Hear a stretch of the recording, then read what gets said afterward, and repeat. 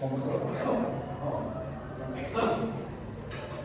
assalamualaikum warahmatullahi wabarakatuh. Selamat siang teman-teman. Pada siang hari ini kita dari kelompok 4 akan mempresentasikan tugas 8. Pertama-tama perkenalkan saya Feby Ferdiansyah dan anggota kelompok saya. Saya Muhammad Muhammad. Oke. Materi pertama akan dibacakan oleh Agung.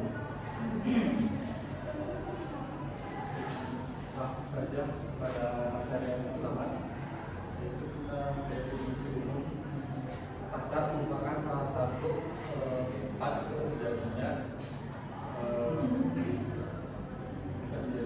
jual beli barang atas penjual dan si pembeli. Selain itu, di dalam pasar juga terjadi hubungan sosial antara pedagang dan pembeli.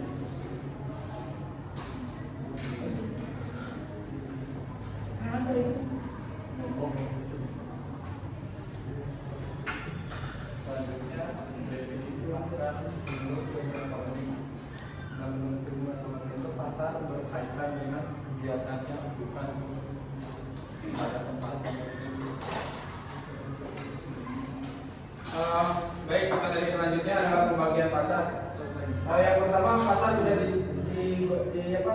dibedakan dari jenis transaksi. Yang pertama jenis transaksi adalah ada pasar konkret atau ada sama pasar abstrak. Yang pertama adalah pasar konkret. Pasar konkret adalah di mana penjual dan pembeli itu bisa bertemu secara langsung. Contohnya adalah seperti pasar tradisional, seperti toko atau ya pokoknya yang dimana pembeli sama penjual bisa bertemu langsung. Yang kedua adalah pasar abstrak. Pasar abstrak ini kebalikan dari pasar konkret pertama, yaitu di mana penjual sama pembeli itu tidak bertemu secara langsung. Contohnya adalah pada zaman sekarang itu banyak seperti delivery order atau dari online gitu, seperti Gojek, seperti Grab, seperti macamnya. Yang kedua adalah struktur.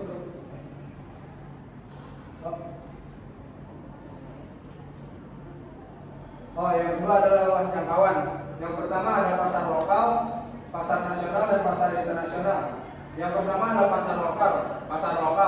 Pasar lokal itu adalah pasar yang dimana cakupan konsumennya itu hanya ada di lingkup yang lebih kecil lah, seperti kota, daerah, atau bahkan provinsi. Itu masih termasuk pasar lokal yang dimana konsumennya itu masih di situ-situ aja gitu. Seperti misalnya makanan, misalnya Jalkotek itu hasilnya dari Majalengka ya, jadi nggak ada lah namanya Jalkotek Sumatera gitu. Yang kedua adalah pasar nasional. Pasar nasional ini pasar yang cakupannya udah mencakup seluruh negara gitu, kayak misalnya Indonesia. Nah, kalau saya dicontohkan seperti makanan tadi, pasar nasional ini nasi Padang itu udah masuk pasar nasional karena nasi Padang udah tersebar lah ke seluruh pulau yang ada di Indonesia gitu. Yang ketiga adalah pasar internasional. Pasar internasional ini adalah yang dimana ya pasti cakupan konsumennya udah mencakup seluruh dunia gitu, bisa dipasarkan di luar negeri gitu. Contohnya banyak lah. Yang ketiga adalah struktur. Pasar persaingan sempurna dan pasar persaingan tidak sempurna. Nah, di sini nanti juga bakal disampaikan ciri-cirinya sama poin-poin dari kawan-kawan saya. Saya cuma menjelaskan sedikit saja pasar persaingan sempurna ini ciri-cirinya adalah si penjual sama si pembeli itu sama-sama banyak gitu. Contohnya adalah misalnya ada toko buah atau toko beras gitu. Jadi di mana di satu lingkungan itu penjualnya itu semuanya jual buah atau penjual beras gitu. Yang kedua adalah ada pasar persaingan tidak sempurna. Nah, pasar persaingan tidak sempurna ini kebalikannya. Jadi si penjual sama si pembeli itu tidak seimbang gitu. Di mana penjual itu lebih sedikit daripada pembeli. Contohnya perusahaan penjualan listrik PLN gitu. Perusahaan listrik nasional. Nah, itu tuh udah masuk ke nanti akan dijelaskan poin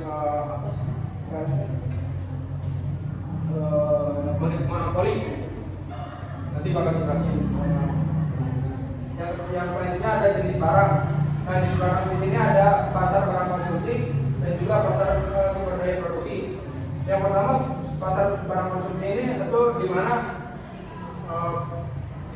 produsen itu menjual barang-barang khusus konsumsi, jadi di mana si barangnya atau si produknya itu bisa langsung dikonsumsi, seperti makanan, seperti baju, seperti barang elektronik, di mana penjual waktu beli bisa langsung dipakai bisa atau lainnya dikonsumsi. Yang selanjutnya ada pasar sumber daya produksi. Nah, sumber daya produksi ini mencakup contohnya adalah toko material, toko bahan baku, makanan seperti toko terigu, toko telur, yang dimana pada saat dibeli tidak bisa langsung dikonsumsi, harus diolah dulu untuk bisa dikonsumsi. Yang ketiga ada segmentasi. Yang pertama ada geografis, demografis, sama psikografis. Geografis ini di mana pasar yang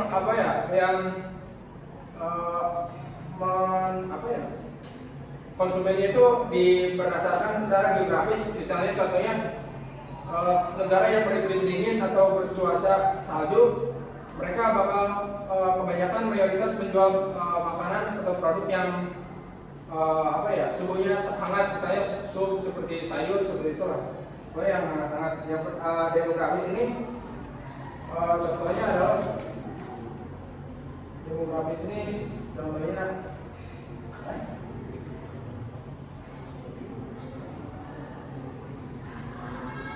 demografis itu kayak lebih ke kepribadian dari konsumennya gitu. Misalnya pasarnya itu ada penjual demografis mencakup seperti gaya hidup, kekayaan konsumen, kayak hobi konsumen gitu. Jadi misalnya Rolex itu kan produsen jam tangan yang mahal ya.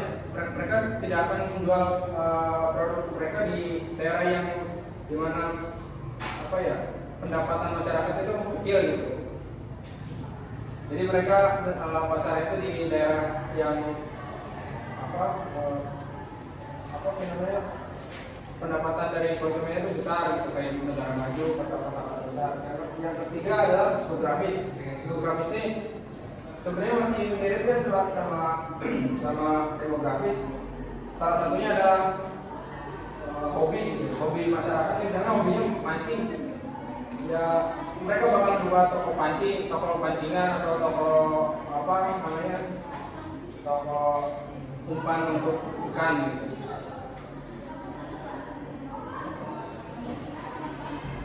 Selanjutnya ada ciri-ciri persaingan pasar yang sempurna. Yang pertama, terdapat banyak penjual dan pembeli. Jumlah penjual dan pembeli sangat banyak sekali. Setiap penjual dan pembeli tidak memiliki kekuatan untuk mempengaruhi harga. Yang kedua, barang atau jasa yang diperjualbelikan bersifat homogen. Artinya satu jenis barang merupakan barang substitusi atau pengganti untuk barang dari penjual yang lain. Yang ketiga, faktor produksi bebas. Faktor produksi seperti bahan baku dan tenaga modal bebas bergerak dan bebas berpindah-pindah dari satu tempat ke tempat lainnya yang lebih menguntungkan.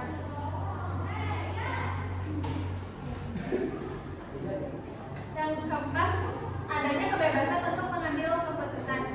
Harga barang dan jasa benar-benar terjadi sebagai akibat antara interaksi permintaan dan penawaran di pasar. Selanjutnya ada pembeli dan penjual mengetahui keadaan pasar. Bagi pembeli, informasinya mencakup harga barang yang berlaku dan perubahan-perubahannya, kualitas dan kuantitas barang, serta di mana dapat memperoleh harga barang yang dibutuhkan. Sementara untuk penjual, informasi yang dibutuhkan diantaranya harga barang, penemuan sumber bahan modal, tingkat upah, dan teknologi produksi. Yang keenam atau yang terakhir, produsen bebas keluar masuk pasar. Produsen yang memproduksi barang dapat secara bebas masuk ke dalam industri dan setiap perusahaan bebas keluar dari perusahaan jika diinginkan. Tidak ada batasan yang bersifat alamiah yang menghalangi keluar masuknya produsen baru. Baik, saya akan menjelaskan tentang kelebihan pasar dan sempurna. Ruang eksklusivitas konsumen yang cukup rendah. Hal ini dikarenakan penjual di pasar tidak memiliki harga monopoli. Mereka tidak punya pengaruh apapun terhadap harga produk. Yang kedua ada penjualan tak dapat mengganggu konsumen. Jadi pembeli bisa dengan bebas berpindah untuk melakukan jual beli dengan penjual manapun. Yang ketiga tidak diperlukan memasang iklan karena produknya homogen atau stiker, produk yang dapat digantikan oleh barang serupa dari pemasok lain. Yang keempat tidak perlu mengeluarkan banyak uang untuk iklan karena penjualan akan terjadi secara otomatis ketika penjual menurunkan harga lebih rendah daripada pesaing lain. Terus ada perangan.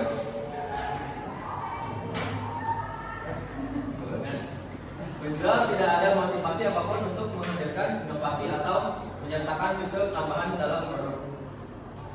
Karena penjual tidak dikenai biaya tambahan untuk fitur-fitur tersebut, karena pembeli juga bisa berpindah ke penjual lain. Lokasi memainkan peran besar dalam menghasilkan penjualan. Perusahaan yang berlokasi di lokasi utama cenderung lebih mendapatkan banyak penjualan daripada yang tidak.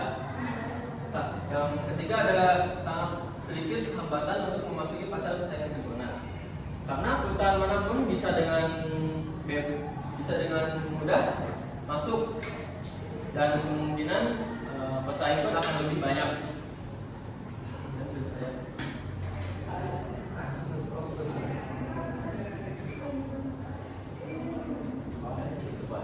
Baik, sekian dari kelompok kami. Apa ada yang pertanyaan ditanyakan? Baik, kalau tidak ada, kita tutup saja. Sekian dari kelompok kami. Kurang lebihnya mohon maaf. Assalamualaikum warahmatullahi wabarakatuh. Waalaikumsalam.